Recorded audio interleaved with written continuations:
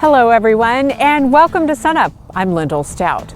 Oklahoma wheat is really greening up and growing fast on these nice sunny days, and that progress is keeping Oklahoma State researchers on their toes as they track the development of first hollow stem. So we are at the Small Grains Extension Program building, and this is for the Small Grains Extension Program. This is kind of our base of operations here at the agronomy farm in Stillwater. And today we are collecting some first hollow stem measurements from our Chickasha location. So earlier today, Robert, our senior agriculturalist in the program, traveled down to Chickasha, went in our plots at our forage trial there, and dug up plants from each plot, put them on ice, and brought them back here to the farm where we are now going to be collecting those measurements and trying to find out which varieties are at first hollow stem.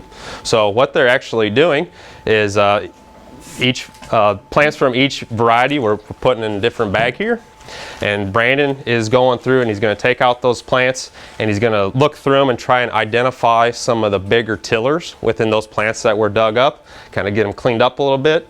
He's going to cut the roots off at the base, right where those roots are coming out, and then slice the stem lengthways.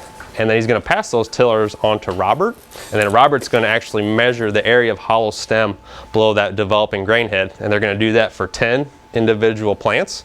And then as soon as we get those results, we'll take an average of those and then get those posted. Typically post those on our wheat blog, osuwheat.com.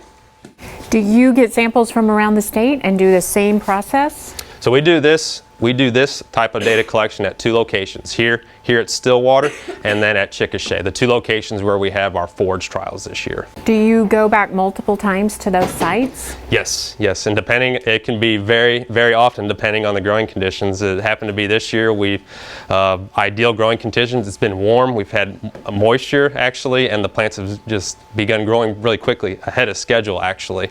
And so we're trying to be on the front side of those and catch them before they reach first hollow stem. But with ideal growing conditions, first hollow stem can advance pretty quickly, and stem elongation in general can begin advancing quickly. So we need to go down multiple times, sometimes multiple times within the same week, and collect these different measurements so that we are catching each of these varieties as they're reaching that critical growth stage.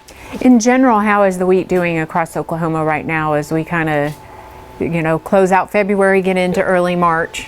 Well, with those rains that we had earlier in the month here, the USDA report that came out yesterday, we saw a little bit of a bump in terms of the crop conditions. So more acres being categorized as good to even excellent. So these more warmer temperatures as well as more abundant soil moisture is really making the crop kind of spring up a little bit and making it look a little bit perkier overall across many areas of the state. And I'm guessing we need more rain whenever it can arrive. We'll take rain whenever we can get it, absolutely. But the rains that we've had that have kind of gotten us through the winter, and the rains here in February that are kind of going to take us through kind of the beginning of stem elongation here are going to be great.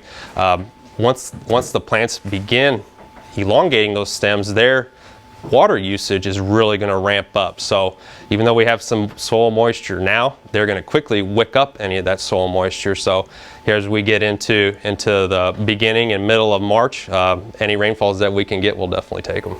Any other concerns with the crop right now that we can talk about?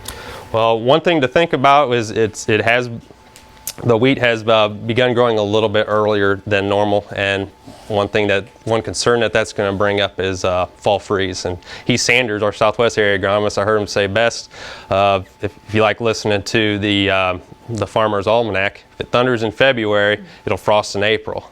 And I hope that's not true this year, but if we have a late freeze, that could do quite a bit of damage to our wheat crop. David, thanks for your time. Thank you. We'll see you again soon.